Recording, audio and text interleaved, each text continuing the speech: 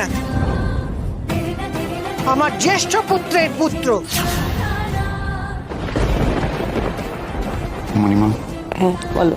আমি সত্যি ভাবিনি এই ব্যাপারটা নিয়ে কেউ আমাকে এতটা সাপোর্ট করবে। আপনি ওনাকে মণিমা বলে ডাকেন? কুশলের মণিমা তো, তাই আমিও মণিমা বলি আর কি। তুমি রেকের বড় কাকিমা, রেক তোমাকে কাকিমা না বলে মণিমা বলে।